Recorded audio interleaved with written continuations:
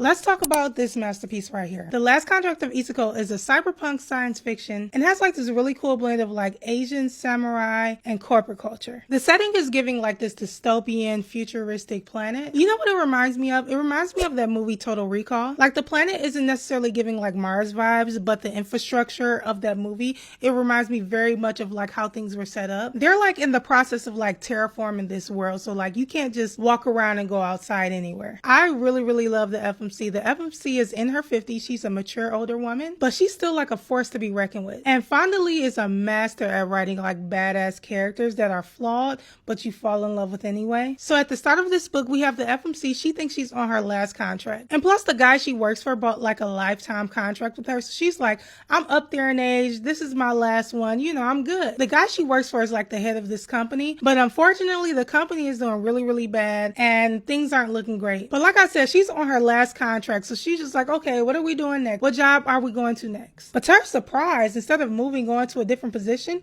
he ends up resigning. But the kicker is, in this place, resignation literally means suicide. She's supposed to be retiring soon. Now she's sitting here with no contract. She needs to hurry up and find work because becoming a Ronin is really not what you want to do. And I don't want to spoil too much, but she ends up being forced into taking a job. And you're just taking on this like high stakes, action-packed journey, and it is so good. In true Fonda Lee fashion, this book deals with themes of like familial love, loyalty. We're dealing with like the shaky morality and corporate greed. The writing is also top-notch. I really like the prose. It had like this down to earth gritty vibe. It made the characters like really easy to connect with, and I was fully invested in the FMC by chapter 1. I was fortunate to receive an arc of this from Orbit, so it's not quite out yet, but it will be released on May 5th. Highly recommend it.